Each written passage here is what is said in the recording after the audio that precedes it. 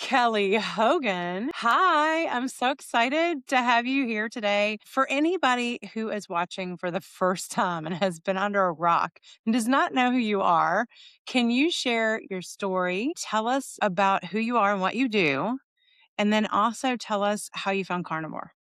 Absolutely. Well, hey, everybody. I'm Kelly Hogan. I am in the simplest. I'm a lady who eats only animal products. I mean, that's really it. And because I do that because it completely changed my life. I was really sick. What was I sick with? I had boils.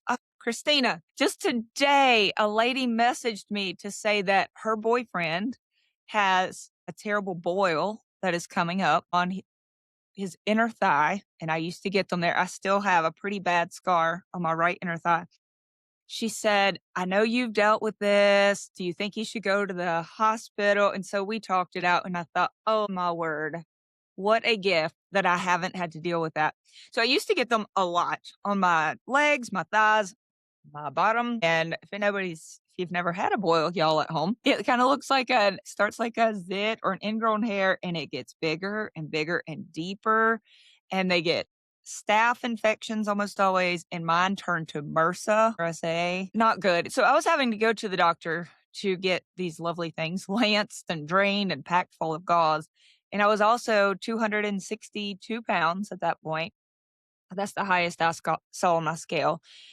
And the doctor said, well, Miss Hogan, you're just going to have to keep coming here and we're going to keep doing this until you either lose about 100 pounds or one of us dies. And I was, so teary because I had tried very, very hard in every way I knew how, including things like eating nothing but pickles for about a month.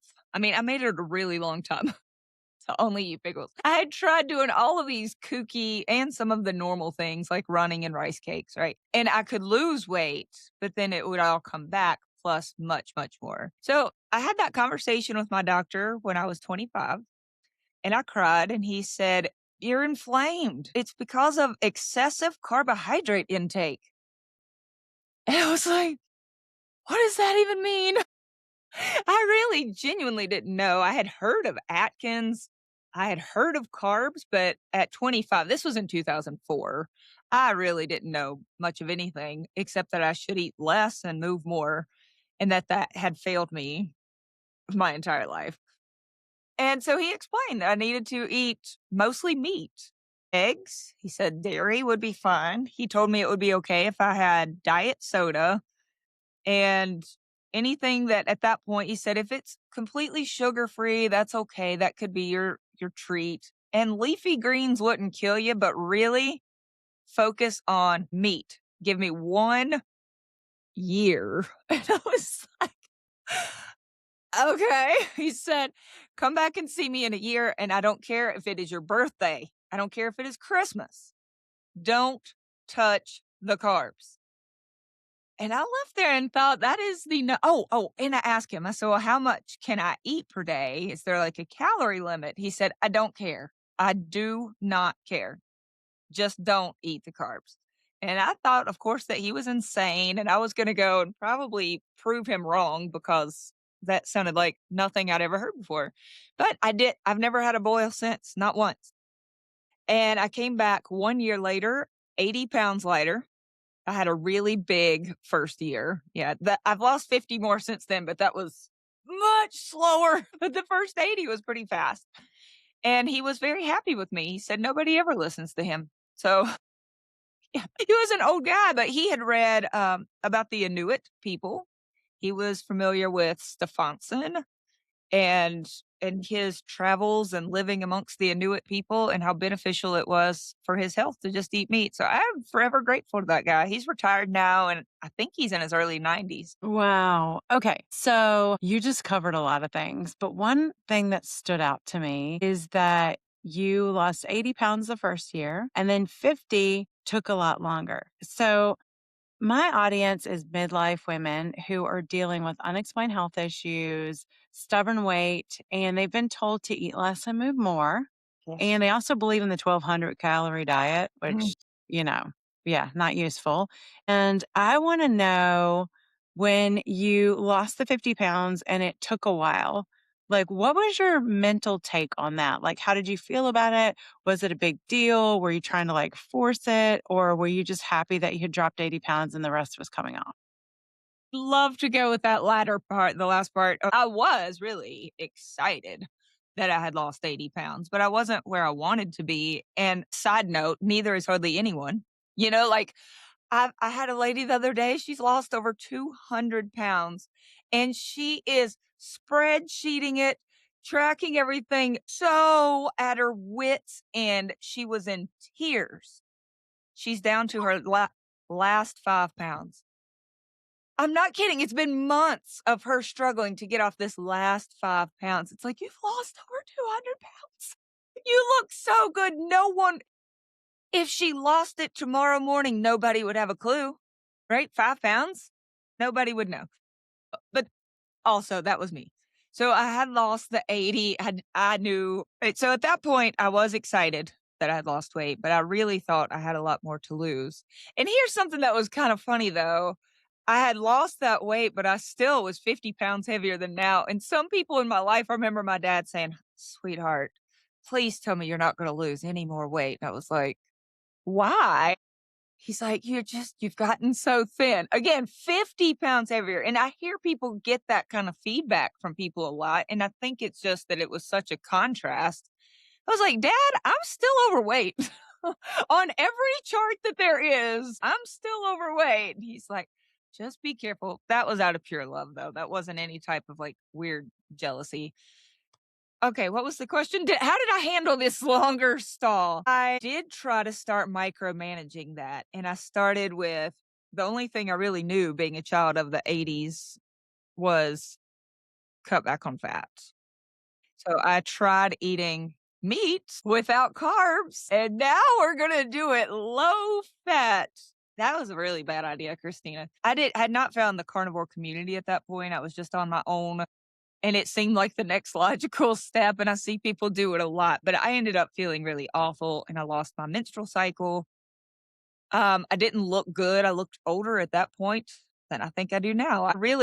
My skin didn't look good. I got dark circles. I felt like I had lost my shine, my joy, and I needed fat, but I was scared to add it back. But when I did officially find some very helpful carnivores, my mentor, Charles Washington, was like, "What are you eating?" "I mean, I'm having a lot of chicken." He said, and he was like, "How do you feel? You look good." I showed him my pictures. He's like, "Look, you look good, but how do you feel?" I said, "Well, not great." And he's like, "Are you still having any cravings or anything?" "Yes, all day." That's when he found out I was still having diet soda and sugar-free Jello, and I'm eating a bunch of chicken. So they got me sorted out. But yes, I did try to make some tweaks during that time, and I stalled in the 160s for about 2 years. And at that point, I thought I was done because I was 100 pounds down by then, and I was kind of okay. Like, I didn't look like I really wanted to, but I was pretty happy. I went out and bought all new clothes. And then, a couple years later, I was like, "Oh, well, these don't even fit anymore." Yes, but did you do something suddenly or differently that caused everything to change after that 2 years? Like, what were you doing and what happened? No, no, I think I just stayed really consistent. I think our body, it's so natural for you to lose weight and for your body to need a break from that. I think it's part of how we were designed by our creator to not just starve to death. That our body, I think, goes through points. We call them set points, but I think it's more like recalibration. So you lose some weight. During that time, my loose skin was disappearing. I was really happy for that. My period came back. Like there were good things happening, but it wasn't weight loss. And I now know because I've gone through several like stair steps, plateaus through the years. Now, I will say the last 15 or so pounds from where I am now, I did do something, and that was I started walking a lot more. And I have done quite a bit of uh, really increasing my fat. And that for me, walking and massive increases in fat, I have dropped the last 15. So maybe 10 or a really long time, I stayed at 140, and I thought that was done. And now I'm 130, 125, 130. And that was from walking and more fat. And so how often do you walk? Well, the fact that I'm sitting right now is a small miracle, a lot, but I'm on my laptop a lot. I run 8 different private Facebook groups, and I have learned the art of typing and walking. So I've got my treadmill and a standing desk. I edit all of my YouTube videos for the most part walking. So I could either people are like, "How do you find the time?" It takes the same exact amount of time to walk as it does to sit. You could either sit for an hour or walk for an hour, like I just used to sit and edit, sit and type. I type on my book. Well, it's a handbook online. I get a lot done, but I'm just walking it out. I have a commitment to my group members to walk at least 12,000 steps per day. And some days that's what I get, but many days it's more like 15. That's amazing. And walking has so many benefits that people don't understand. They think they need to run or they need to work out 5 to 7 days a week. But really, that walking is so magical and so healing because we were designed and our bodies were intelligently designed to take care of us and to know our weight and to know our health. And we just had to go throw a few wrenches in there and try to control it and throw ourselves off. But I'm curious, did you ever diet? You dieted before you started the meat only diet? Oh, yeah, I've done other diets for sure. Yeah. Mostly just trying low fat, low calorie and the pickle diet.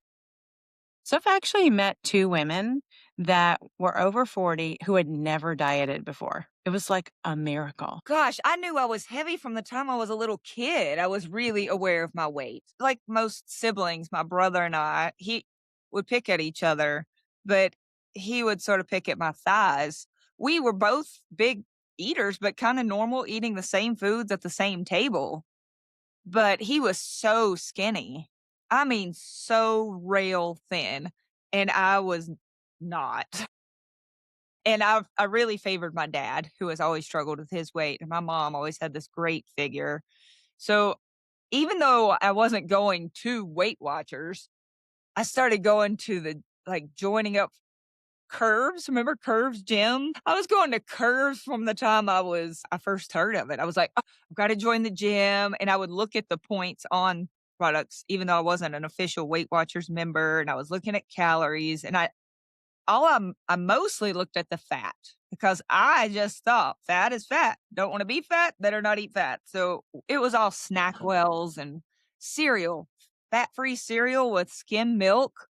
My doctor was not wrong. I'm sure it was excessive carbohydrate intake. I would eat lots of plain baked potatoes and would put ketchup all over it instead of sour cream and fat-free butter. It was always, I can't believe it's not butter. From the time I was little, I was aware of looking at nutritional facts and just trying to fix me. Well, let me just go back a little bit. When you were talking about how your doctor said, "Hey, why don't you go on the all meat diet and quit carbs?" Yeah. Like, what made you actually listen to him? Because most women do not listen to their doctor, and they specifically would not listen to that. Like, what in your mind? And did you immediately do it? Like, you left there and you were like, "Okay, this is what I'm doing," or was it a variation and of figuring it out?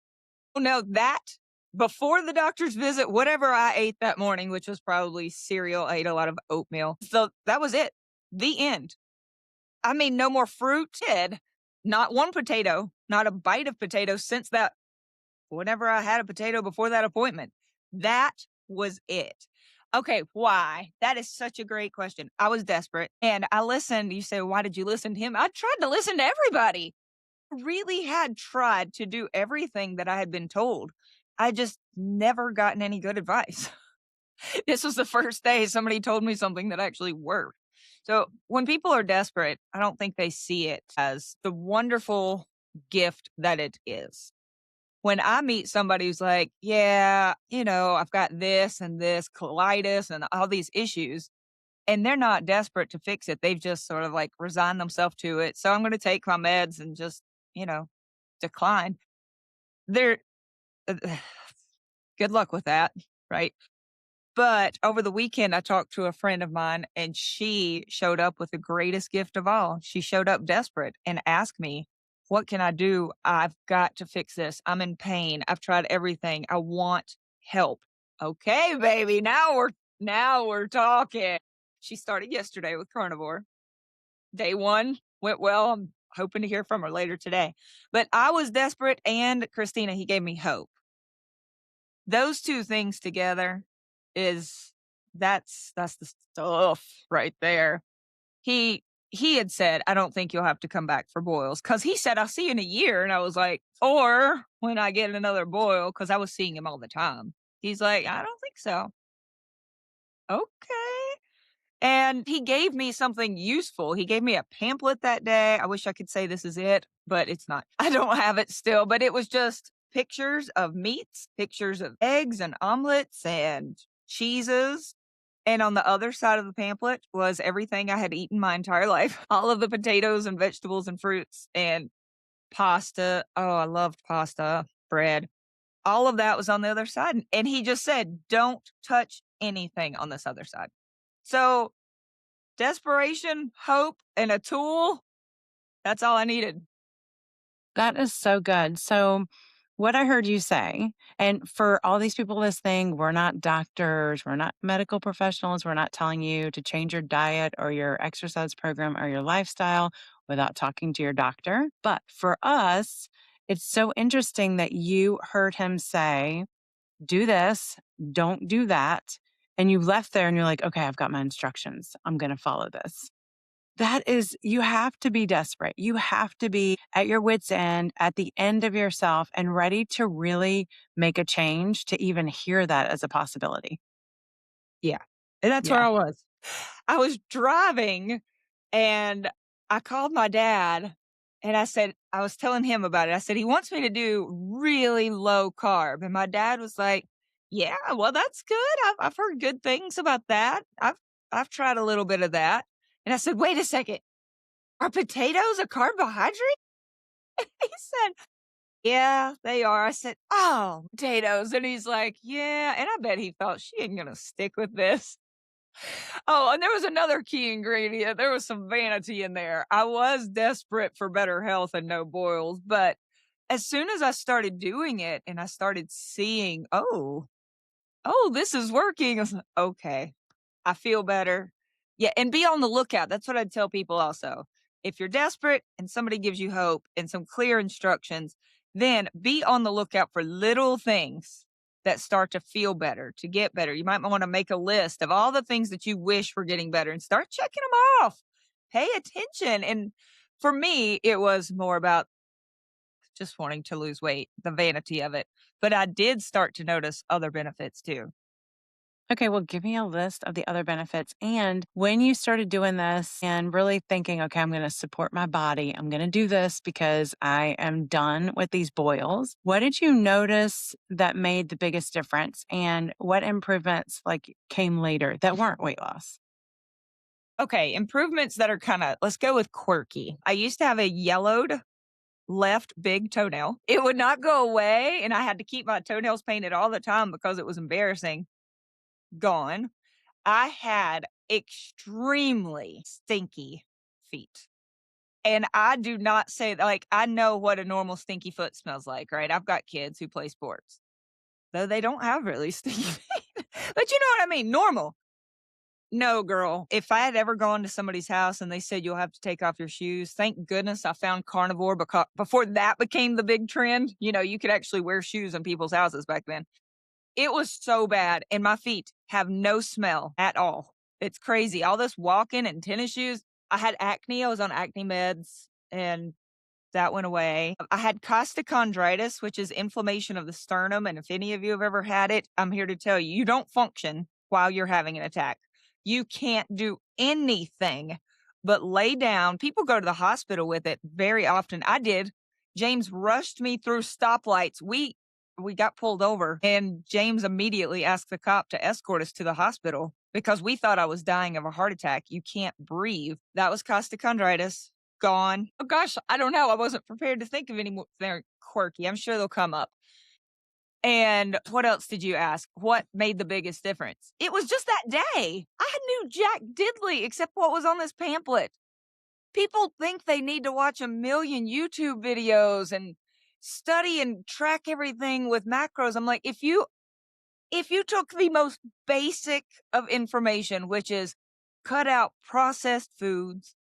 I didn't even know what a seed oil was. He never told me that, but that's really solid basic advice at this point. Just look at the ingredients. If has canola, soybean, vegetable oils, garbage, just replace what you're eating right now with meat and eggs. Like I could tell people in one sentence what changed my life. It's so easy, but it's also not everything that's simple is easy to pull off. I had to go through horrible shakes and withdrawal for a couple of weeks. It's all I could think about was sugar. I had been having I'd love to tell you that before I had that talk with him, that I always just ate like healthy carbs, but sugar was fat free. And that's what I thought the problem was the fat. So I was eating sugar free candy and sugar free. I was jacked up on sugar. So when I went teetotal in one day, you would think I was coming off of like heroin or something. I was not in a good place. So what did you tell yourself when this was happening? Because you went from the standard American Yeah. diet to the carnivore diet like overnight. And Yeah. then you started shaking and cravings and all the things. Like, what were you telling yourself in those moments? Because that's what matters. You only have to do this once. And I have said it to myself for that was 21 years ago. Listen, y'all, if you're struggling, you only have to go through it once. And people are like, well, I've gone back and forth. Well, that's on you. You only had to go through it once. And it's, like somebody quitting cigarettes, it's going to be awful, but you only have to go through the worst of it one time. And once it's out of your system, you're good. I haven't white knuckled. Now, the first 5 years were actually pretty hard. Not as hard as the first 2 weeks of like handshaking obsession, but because I kept in that diet soda and sugar-free Jello, I did crave sweet taste, not sweet tea. I craved the sweet things for 5 years. And that's when Charles Washington said to me, he's like, "You're still drinking diet soda?" I was like, "It has no carbs." That's all I thought it mattered. He said, "You'll be done with that, the cravings. You'll be done. Give me 3 days." And he was right. The 3rd day was still hard. Day 4, it's like, what has happened? A switch turned off. And then the cravings were done. It's not that I've never thought about a carb since then, but no joke, it was hard for that 3 days. That's it. So, what do you tell yourself when you do think about these foods? Because I know, we're human, they just pop Yeah. up. But like, what do you tell yourself? What's the reminder? What's the hey, how can I stay focused? And we'll talk about what some of the ladies that I talk to tell me about how they eat and what they do while they're doing carnivore. So, Don't tell myself I can't have something, and I don't like it when other people say, "Oh, I'm sorry, you can't have that." My, "Oh, I can. I'm not gonna fall over dead, but I can. I could choose to go upstairs right now and drive my car and go buy anything I want to. I'm a grown woman." Choosing to go back to the old foods is just choosing to go back to everything that used to hurt me. And so I just try to see it. I don't know if you know who Joanne Ozig is. The Road to Carnivore, I think is the name of her podcast. I hear she's back. I haven't seen her lately, but she always said, look at the full package.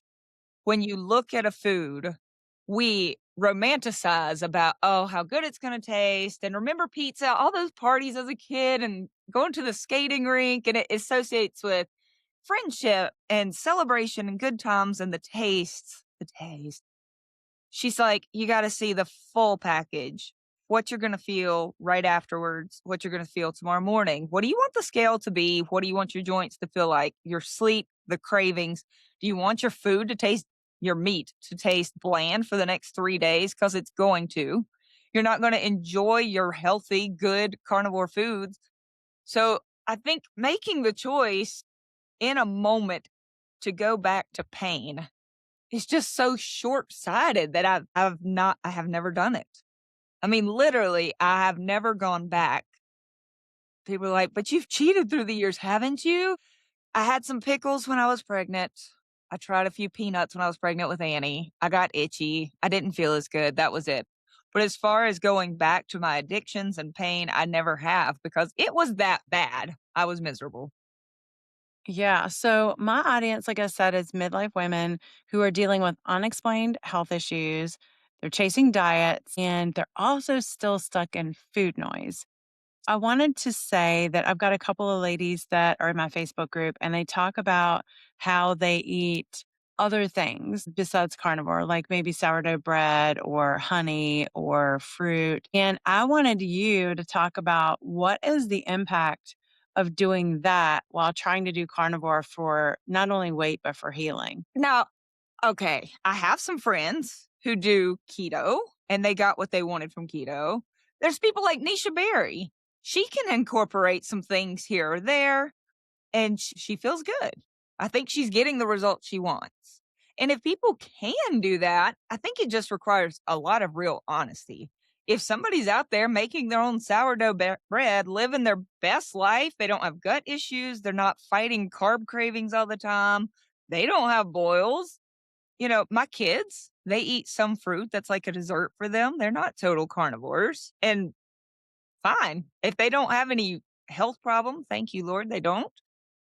I have no issue with that. But what I see happen very often is people will add things back and then the addiction takes over. And even though they do feel something negative, they know the cravings are coming back. They know they don't sleep as well, feel as good. They get the leg cramps, whatever it is. It's like, well, but I think it's worth it. And then that spirals into, but now I can't stop. So then they add things they never intended to add in the first place, but they spiral to other foods. And it can be a very slippery slope for a lot of people. If someone has never had sugar or carb addiction, first of all, you must be very lonely because there aren't many of you. I mean, let's get real. It's very addictive, especially the processed stuff. It's designed to be. So I think anytime someone tries to reintroduce, what is the purpose behind it? Is it because I genuinely like this food? I think it works for me. So I'm going to do an experiment and I think I can handle it. I hope that works. And just be really honest with yourself about the results that you feel. Yeah. So, should women focus on weight loss or for health first? Because I know, we can really focus on the weight loss. And I like to teach that weight loss is a side effect of restoring health and balance and nourishing your body in a good way. So, what's your take on that? Yeah. My friend Danny Conway always says weight loss is a byproduct of a healthy body with balanced hormones. And I do believe that to be true. Being skinny is of very little use if you are sick. I mean, all right. Like my Aunt Shirley right now she's fought her whole life to try to lose weight. She's always just sort of joked about herself being fluffy. She was never a big lady, just she wanted to be thin. And now she is. And she is literally dying. She is skin and bones teeny tiny because she's sick. She can't keep down hardly anything in and out of the hospital. So let's focus on the fact that do you want to be healthy or do you be skinny? Oh, I just want to be skinny. Okay, that is the wrong answer. A lot of very unwell people are very skinny and would give anything to have health. But if someone is already feeling quite healthy and they truly just want their physique to look different, I get that and I support that. And I do think that there are some tools that people can use to work on just the physique. I'm not like trying to get people stage ready. That's not my passion. Is like, I want you to be able to walk across that stage in your bikini. I mean, that is some people's passion. That's like an entire industry, and there are coaches just for that. But I am much more health focused. But, being overweight, even if that is the only symptom someone is having, that that's not that's not great, Bob. Like we don't want a lot of excessive body fat. Yeah, so true. So, if a woman wants to track progress without obsessing over the scale, What markers matter most, like energy, sleep, cravings, inflammation, mood, measurements, strength, stuff like that? Yes, all of those. Yeah, they do. And I also tell people if you're wanting to look, if your goal is, I just want to look leaner and look really good naked, then that's not about your overall weight. That really comes down to body fat percentage. Even if you say, no, but this is a totally vain goal. Yes, it's your body fat percentage you are after. If someone just called me on the phone and I can't see them and they say, hey, I weigh 130 pounds, I have no clue what they look like, right? I mean, depends on your height, your muscle, your build. I don't know. Are you waifish at 130 because you're 6 feet tall, or are you 4'11", and so you need to lose, you want to lose a few pounds. If someone were to call me on the phone and say, hey, I have 15% body fat, I know what that looks like. You get what I'm saying? If you were to see people with 15% body fat versus 30% body fat, that is a look. And what most people are actually after, first of all, if they aren't sick, somebody is sick, they're after health and feeling good. If someone has the luxury of being after a lean body, what they really are looking at is body fat percentage. And there is a mathematical way to get a better body fat percentage without losing a pound. And that is by adding muscle, because that's how math works, right? It's a percentage. As your muscle goes up, your body fat percentage goes down and you are going to look leaner. So, yes, getting stronger and more muscular, that's great. You can look fabulous, but you ask, does sleep matter? Yeah, because if you're an insomniac up all night, you don't have a good quality of life. And it is very difficult to add muscle mass. Like, research keeps backing this up. If you are sleep deprived, even if you are eating protein and lifting weights, you are far less likely to put on muscle. You're going to lose muscle and add body fat. So, yeah, all of those things matter. I think the one that matters most is the one that person is struggling with most. If you have a mood disorder and you're miserable and depressed, then that's what matters most. Let's track that. I tell people, track the things that matter the most to you. And if it's physique, what should matter most to them is body fat percentage. Yes. So, what do you think about the 1,200 calorie diet for women who are like, they don't understand that you can't look at 1,200 calories as like a viable thing when like every woman in the world, they have different age, different fitness Yeah. level, different, everything. And they're believing that. So please talk about the 1,200 calorie diet and what is true about that because From 1,200 calories, that is such a very tiny amount. Should anyone eat that amount?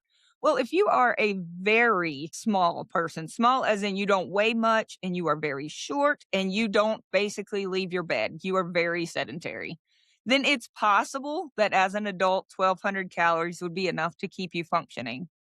For most people that leave their homes who are taller than the size of my fourth grader, they're going to need more than that. And the problem with eating 1,200 calories is your body will function on that. You won't fall over dead, but you are training your body every single day to function with only 1,200 calories. So your, whatever you want to call it, most people think of it as your metabolism, but your inner engine slows to be able to live on that. So everything in your body, you'll start to get colder, your thyroid slows down, your hormones stop working as well, and you will eventually find, wow, that 1,200 calories that allowed you to lose weight 5 years ago is no longer allowing you to lose anything.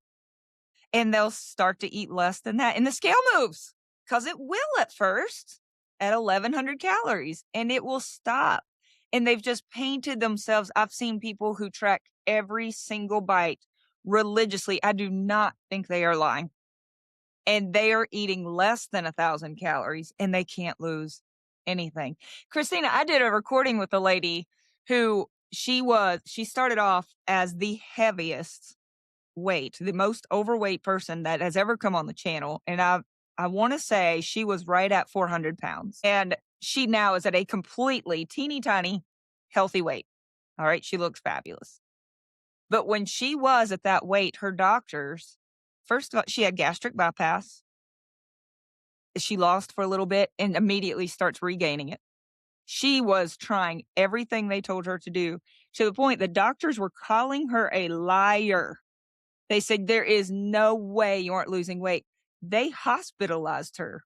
She was kept in the hospital on strict orders, a liquid diet, no more than 700 calories was the most she could have, and very often it was 400. She would not. She lost weight for a little while and then stopped. Stina, now this woman eats 2,500, 3,000 calories, pure meat, and she is at a healthy weight. There is so much more than just what people say online in the comments, which is, if you're not losing weight, you're not in a calorie deficit. Oh, so she wasn't in a deficit? Off of what? My hamster's diet? That's crazy. Yes, 1,200 calories will likely make you lose weight if you were eating 2,000 calories last week. It will. You will lose weight. And if you stay there, your body will stop losing weight. It is not healthy, sustainable, and your hormones and thyroid will suffer. What weight are they actually losing when they do that? Like, what is it? Because we think, I'm losing weight, but do we really want to lose weight or do we want to lose fat? And what do you think they're losing when they're doing these restrictive 1,200 calories or 700 calories?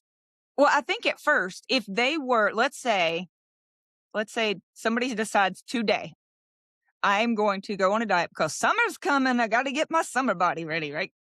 And so up until today, they were eating 20 2,500 calories. They were just living their best life in sweater weather all winter, right? Okay. And then we're just talking not carnivore world. I don't know what they were eating, but they were eating plenty and not worrying about it. And today is the day, Christina, although we know it would have been yesterday, Monday. But they started this diet, 1,200 calories. Yes, they likely will lose some body fat. They're not going to just lose pure muscle. They will lose weight. It will be in the form likely of both some muscle and body fat, which is very normal. If somebody loses 100 pounds, in research, they consider it a total win if only 25 pounds or 25% of that was muscle. So you do lose some muscle when you lose weight. That is normal. I think she would lose both starting today. And she would be super happy tomorrow morning and the next several mornings. And for a little while, that scale is going to drop because there's been a dramatic decrease off of her maintenance calories. But with time, a few things will start to happen. Number one, she's going to likely not be able to stick with that because she's going to get very hungry. And so this restriction will likely turn to binging and falling off and cheats. Okay. So then scale goes up and then we restrict, and hence the yo yo that we've all lived through. But then let's say she is good. She sticks to her 1,200. The weight loss will come until her body does slow down its functions to match it. So whatever, if she might drop plenty of body fat, whatever time it takes, she might get off 5 pounds, she might get off 50, but she will stop losing at that. And it is a question of what harm have you done in that process? Have you started missing periods or getting more hot flashes? Has your sleep suffered? Were you able to lift weights while you were doing it? Probably not, because you were exhausted. Has your marriage survived this deficit? Like, what harm occurred in that? And where do you go from here? Because likely she'll just have to keep dropping, dropping, dropping. Yeah, you can only drop so low. What's your perspective on meal frequency for Hmm. women, especially midlife women? OMAD Yeah. versus 2 or 3 meals a day. I have surveyed. Okay, so I have pretty large groups every month, and I'll run surveys to ask what works best. And I just talk to them and find out. I think younger people can get away with most anything. So, however many meals you want to eat, unless they're unwell. But we were all in college. Most college age people can get away with a lot. As we do get older, we say it's catching up to me, but it kind of does. You can't get away with as much. Dr. Mindy Pels, in her book Fast Like a Girl, talks about how OMAD works really well for mid. 1 or 2 meals a day is fine. Men, testosterone levels don't tend to drop when they are doing 1 or 2 meals per day. But women's hormones and thyroids, the older we get, are far less tolerant of that mess. I find that 3 meals per day, and it doesn't have to be 3 huge meals, but when we wake up and eat some breakfast, some fat and protein, carnivores, it does send a safety signal to our body that we are not living in this state of famine. That feels good to our soul. It also feels good to our body. And I think, the older we are, the more our body has been through, and the more important it is to signal safety and keep our nervous system on the happy parasympathetic side instead of fight, flight, freeze. And under eating puts our nervous system into, it's one of the biggest stressors our body can have is either lack of food or water. We have to have it. So I do find that 3 meals per day. I used to do 2 MAD. The older I've gotten, even all of this is carnivore. Remember, this has been a long time with this carnivore thing. 2 MAD used to work for me, and 3 meals per day works much better now. And that's what the majority of especially the older women, have told me. Okay, so midlife women often feel like they're doing everything right. What are your top reasons that you see women stall on carnivore? And what do you check first? The under eating thing is huge. That's the number one reason. They're not going to lose weight on any diet because they're not eating enough. Partly they're not hungry. They'll say, I'm not hungry, I'm not hungry. And that is partly a leptin issue. So dealing with some of the leptin, getting sleep, it comes down to a lot of circadian stuff at that point, which we feel like, yeah, what's that going to do? It's a pretty big deal. Turning off the devices, getting sleep, getting some sun. They're also oftentimes not hungry because they're not moving. They're not moving during the day because they have no energy because they're not eating enough. And it's this vicious cycle. So if they'll eat enough, then they have more energy. Then they're able to get outside, get some sunlight, take a walk, feel better, maybe go use those muscles. And then they sleep better at night because they're tired from all the movement. Like this is a good cycle we can get them into. Other things that I think stall out. Well, I think I hear very often, I'm not going to track because they have all this baggage with tracking, whether it was tracking points or tracking. And it's like, I can't convince them that they're eating enough until they see the numbers very often.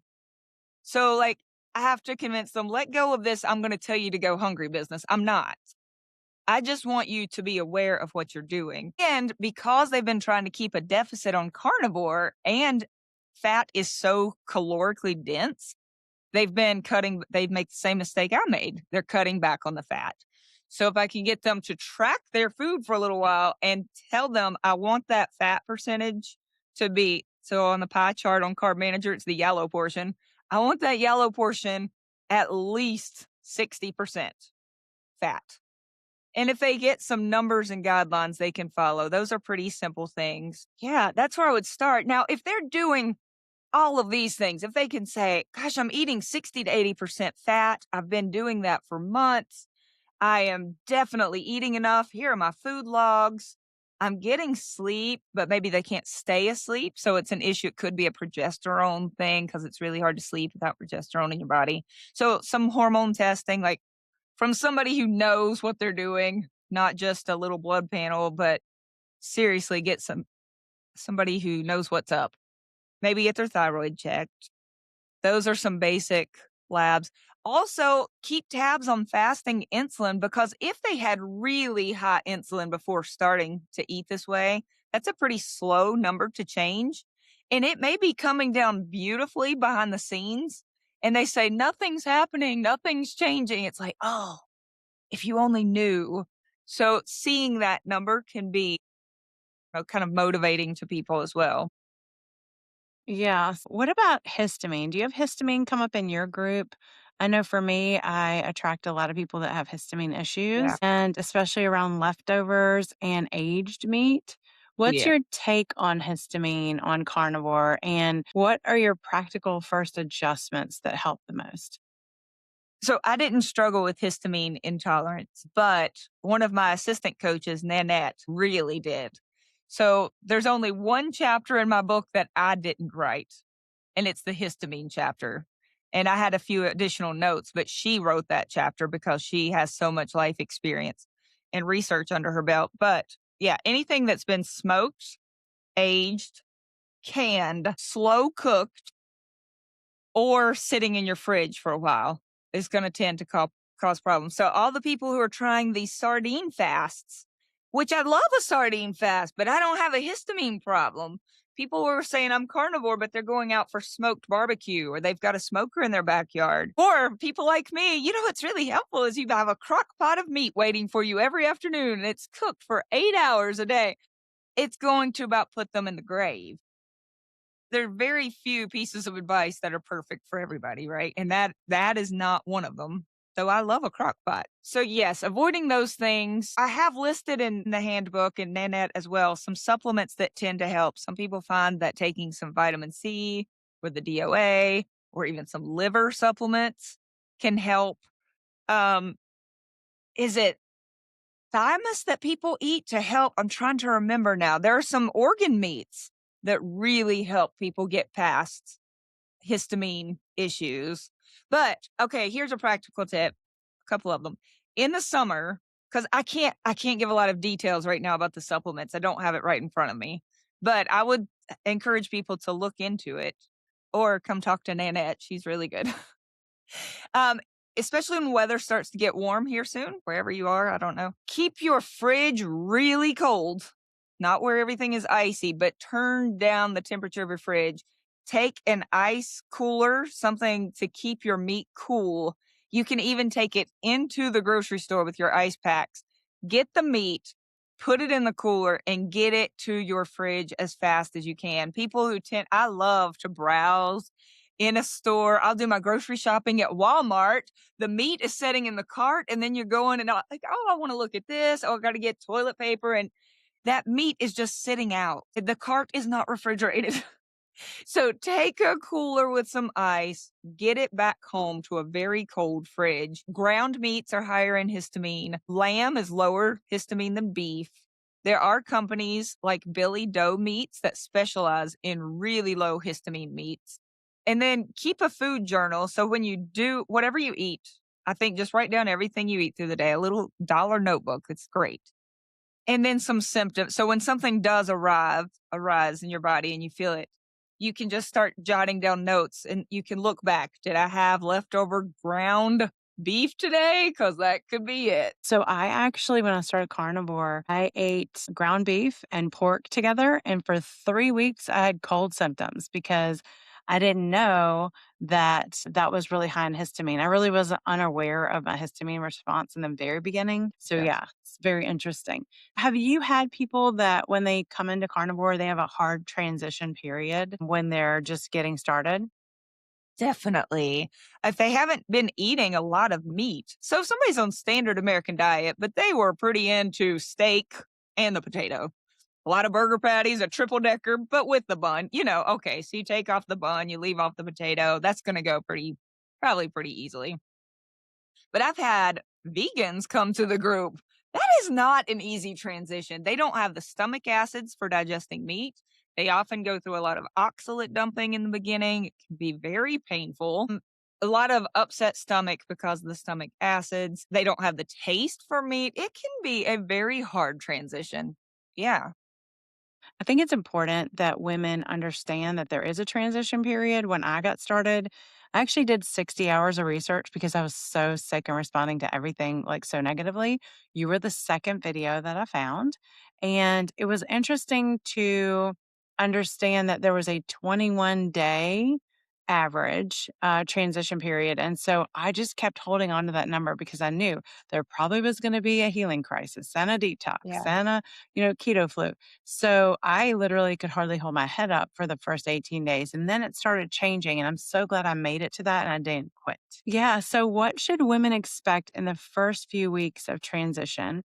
And what signs tell you the body is adapting in a healthy direction? Big energy drop is very common because you've got two energy sources in our food, and it's either fat or carbs. You've been fueled by carbs, and now you're going to cut those out, especially if they haven't titrated them down as they titrate up their fat. So that would be optimal, but many people just say, okay, like me, I guess we just don't eat carbs. And nobody really mentioned how important the fat was. So big drop in energy is common. Digestive upset. Either they're not pooping at all or it goes straight through them. And it very often is not a permanent problem. It's just like, I know your gut is just having to figure this out right now. And I know there are supplements. And if it is an ongoing issue, but I'd say completely normal for the first couple of weeks to go through that.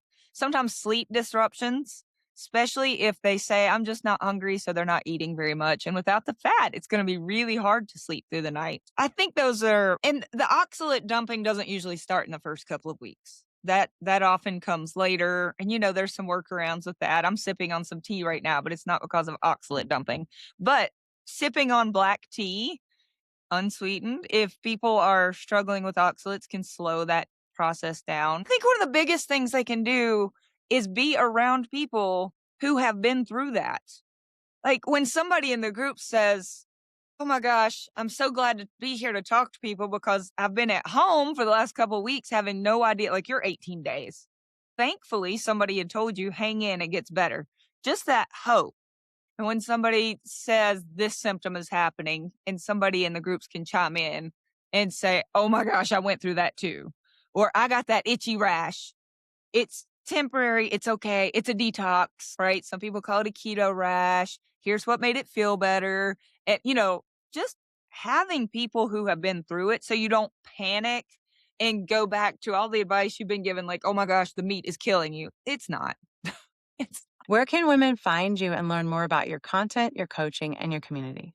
Thank you, Christina. So if they go to YouTube, it's My Zero Carb Life on YouTube. And if they go to myzerocarblife.com, they can find coaching. The groups are there. There are 8 different time slots to choose from, and I would love to work with them. Awesome. Thank you so much, Kelly, for being here today and for sharing your story. You're amazing. Thank you. Well, in case people missed it, you shared your story recently on my channel. It was wonderful. So much good feedback. It's a really powerful story. And I'm just honored that we can both get together here to share some more. Have a great day. You too. Bye.